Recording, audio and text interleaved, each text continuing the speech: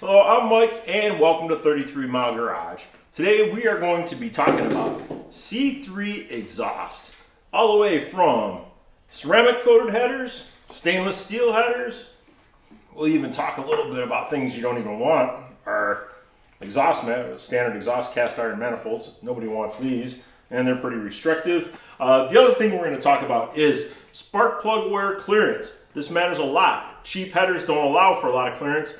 First thing will happen is you start burning your spark plug wires up and you're running on 7 cylinders all the time.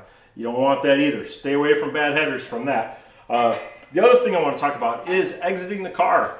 Trying to stay with a stock look. So in my case, I have a 70 Corvette, so 70 through 72, I believe all have this style rectangle tip. So I want to talk about that. Sixth thing is while you're at it, while you're doing all this work on your exhaust, is putting a bong in for a wideband gauge. It's real simple. You're going to have to do a little bit of welding on your exhaust system, so adding a wideband gauge would be a really good idea. All it does is require a bong and a sensor. One thing to keep in mind, please do not listen to some random dude on the internet saying, hey, this is the exhaust system for you, because I can assure you that it's not. What I like and what you're going to like are two different things. I'm going to go through my system and what I've learned. You know, you're never going to get the right feel from it listening to it through a YouTube video. I can guarantee you that. But I do recommend going to a couple lawn shows or whatever where guys are driving their cars in and out of the shows often. So that's a good opportunity to listen to the system. You know, you can talk to a couple different people. That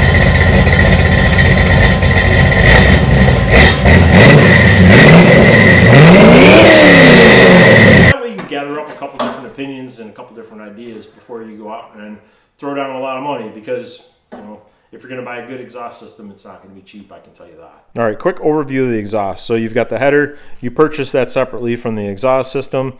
This center section is a section that I built to connect the header to the balance of the exhaust. So the balance of this exhaust is a FlowMaster 2.5-inch Force 2 exhaust system. Force 2 mufflers. I like these mufflers a lot. They sounded good to me. And then, of course, then you have the exhaust tips. So a couple inherent problems with stock exhaust manifolds. So you've got this heat riser that mounts onto the exhaust manifold. So what happens is when it's cold, this valve closes, keeps more heat up in the engine to warm the engine up. And then as it gets warmer, it opens and opens the valve until it's in the open position. But what happens is inherently they lock up somewhere in the half open, half closed position. So that can be very restrictive as far as exhaust flow if they do get locked up in a mid or closed position. It's just a bad deal when that happens. So the other thing is these do not flow nearly as well as an exhaust header style. These are a bit more restrictive, and you're not going to get the same note that you're going to get out of a header is the biggest thing. And I'll be honest with you, I've had stock exhaust systems for a very long time on this particular Corvette, and I'll be honest with you, man, it's the most lackluster driving experience you've ever had. It just, in my opinion, it sucks. These cars need some type of, aftermarket exhaust system on them. The stock system just doesn't get it done, in my opinion. But again, if you're a stock guy trying to do, everything to the stock, specs, I mean, by all means, have at it. But for me, it was just the most boring thing in the world. So the thing I want to talk about the most is as far as selecting the right headers for your car. So right now we're looking at a set of middle of the road. These just happen to be stainless steel headers. But more importantly than stainless steel or ceramic coat or whatever is the fitment of the headers. So what you can see is the first off, being a middle of the road header, the clearance is a little bit small right here between the plug wire boot. But where you're really going to see the difference is all the way over here.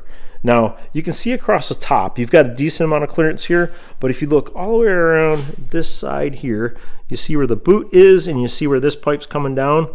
There's not a lot of clearance here. So over time, this is going to heat up, and then all of a sudden you're going to have an arc from the top of that plug wire onto the header. You're going to open the hood at nighttime and you're going to see an arc through there, and there's nothing you're going to do about it. You can wrap these things, all kinds of, remedies like that to try to fix the problem. And if you have the right header, you don't have to deal with that stuff. So instead of trying to come up with remedies to fix the problem, if you have the headers routed correctly, then you don't have the problem. You don't have to worry about fixing it. That's my opinion on there. And this is a $500 header. versus an $800 Doug's header. You know, there's a big difference in cost. There's $300 in the headers, but in my opinion, you get what you pay for. All right, coming around to the driver's side, you can see what's happening here is, you can see right now we got a decent amount of clearance around the plug, but you can see where the header's all bashed in there trying to get clearance for the plug, you know. And this is a set of stock straight plug heads. I have a set of angle plug heads, camel black heads or whatever on the car, so the plug angle is actually even closer to the header here. That's the main reason why these were all bashed away like that. So, I mean, it's a $550 set of headers that I'm bashing away in. Now I threw the Doug's headers on there, and you could see, you know, how much clearance you have here. I mean, there's miles of clearance where we were almost touching before. And the same thing here. This header wraps over the top more, but you can see how much clearance is on the back side of it. There's almost 3/4 of an inch of clearance from it. So there's a ton more clearance on these headers. You go underneath the car, driver's side, got the Doug's header tucked in there nice and tight. Sits right alongside the oil pan, comes along and right by the transmission, and it tucks up really nice between the transmission and the floor pan.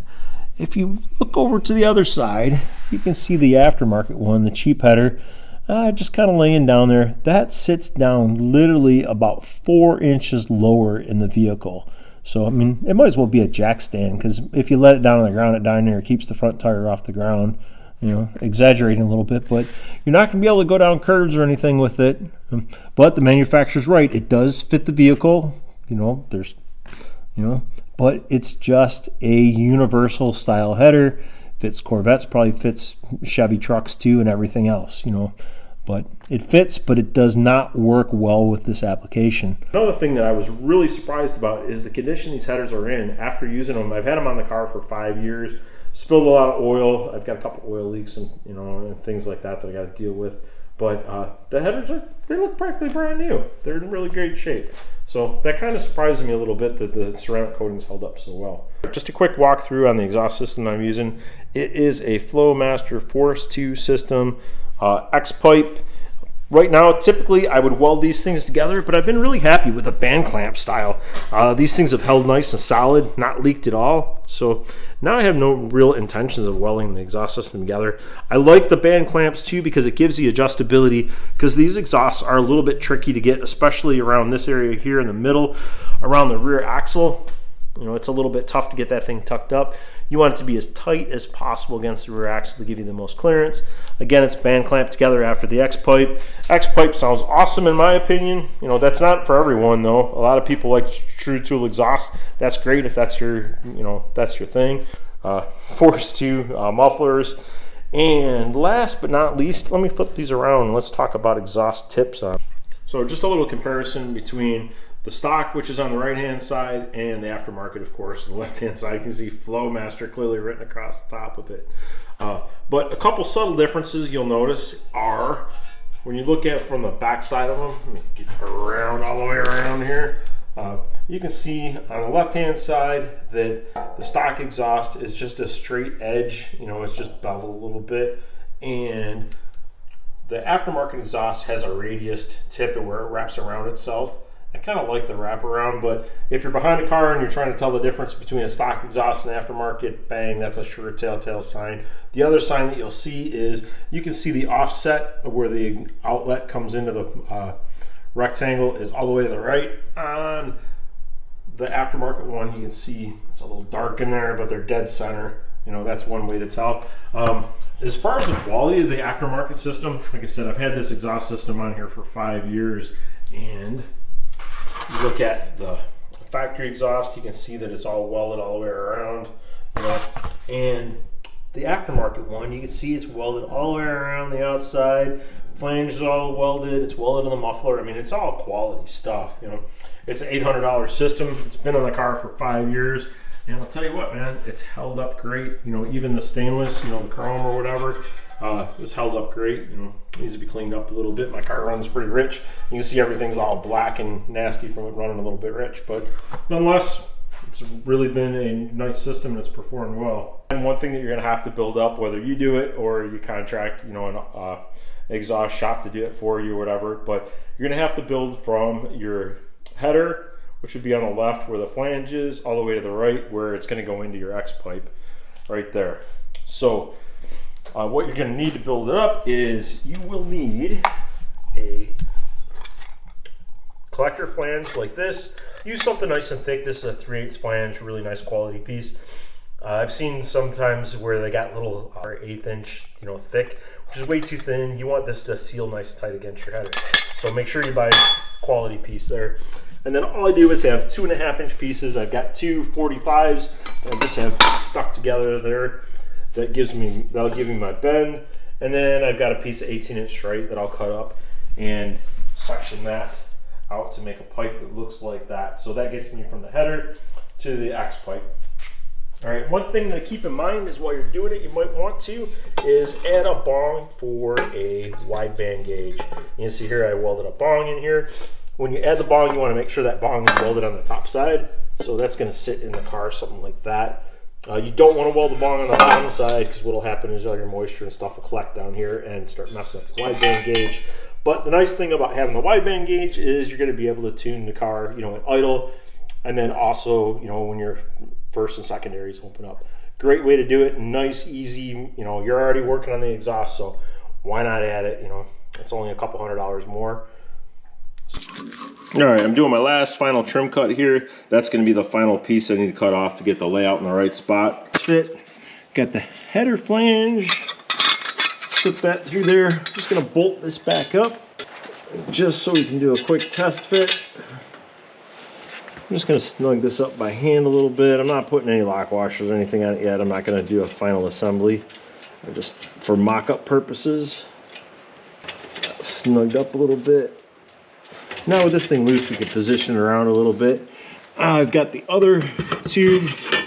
I just have a straight pipe and my other bend. I'm just running that through the port there. Woohoo! And the nice thing about this is this will be adjustable. I can slide it in and out of here or slide the tube back and forth. And kind of place that together, see where we're at as far as clearance. And that all looks pretty good. It's got a nice straight shot right through the exhaust port there. It's clear of the floor pan. Nice clearance between the transmission. So what I'll do is snug this up a little bit, and I will take a marker and just mark an index line right here, right there. I'm going to do 2 of them. There, so now I got an index line, so I can go back, index this, I'm going to tack it together, and then reassemble the whole thing one more time just to check it. Then I can come back and weld everything solid, and that's pretty much it. It's done. Throw my last couple tacks on here.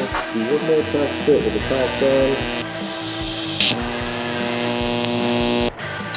on. Alright, now we got everything tacked together, fitted up, fit up, and I'm just going to weld everything solid. Just want to take a couple minutes, sing.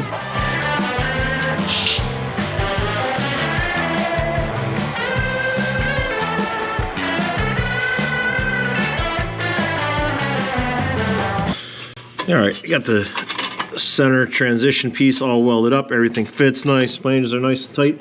The next thing that we're going to do is I'm going to add a bong for the wideband gauge. So we got tons of clearance up across the top. The one thing you want to keep in mind when you add this, you don't want to put these down on the bottom. Condensation will get into them. So what you want to do is make sure these are mounted at least on the top half of the pipe, if not in the top section of the. All right, as far as passenger side header install, it's pretty straightforward. These guys slip in here really nice and easy, no big deal.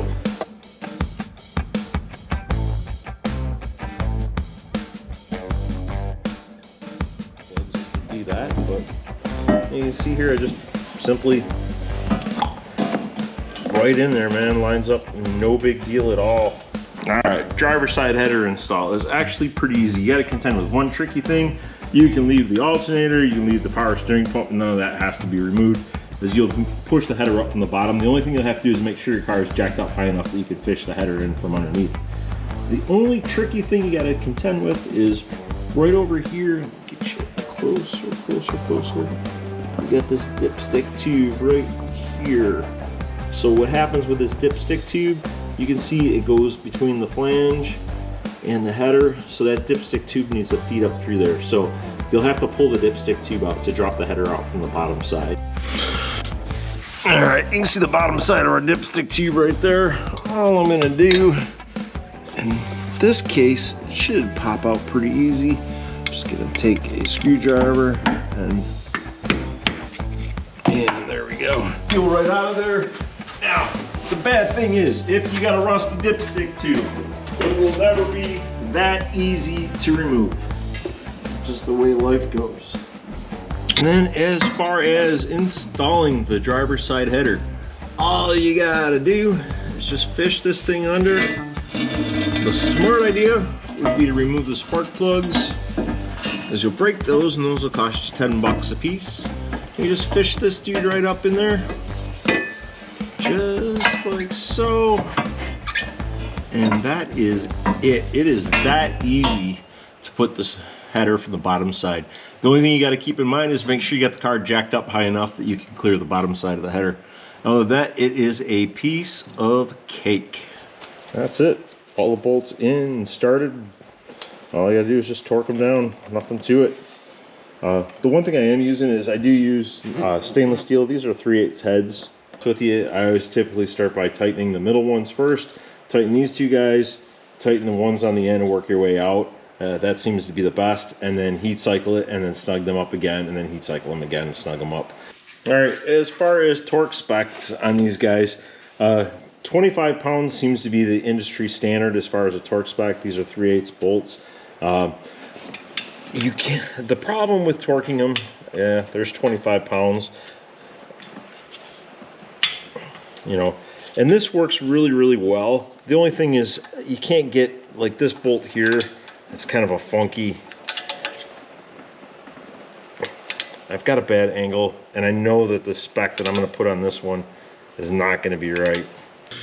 All right, I got the center transition piece all welded up. Everything fits nice. Flanges are nice and tight. The next thing that we're going to do, X pipe that we're just going to slide up in there. So you can see where I got the two ports that are coming out, pretty much dead center of the cross member.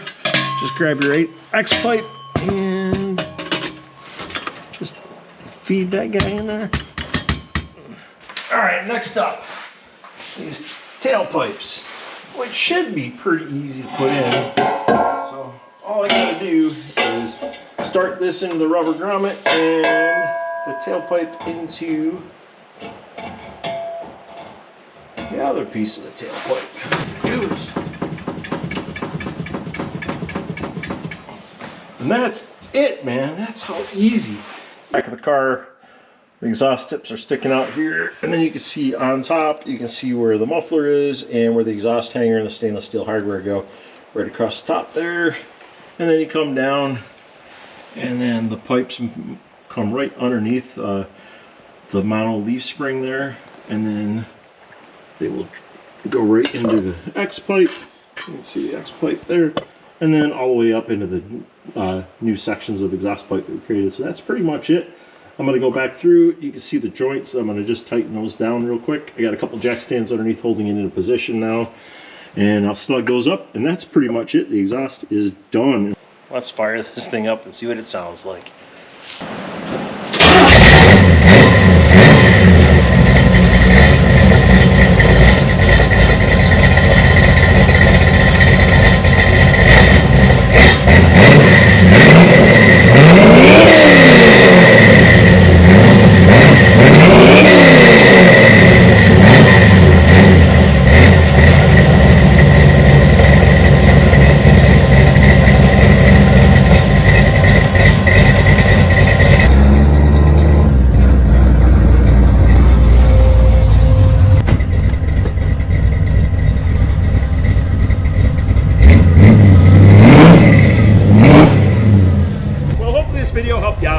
As far as going through some clearance issues, spark plug wire clearance, stuff like constructing the tube going from your header to your exhaust system, you know, again, hopefully that was helpful to you.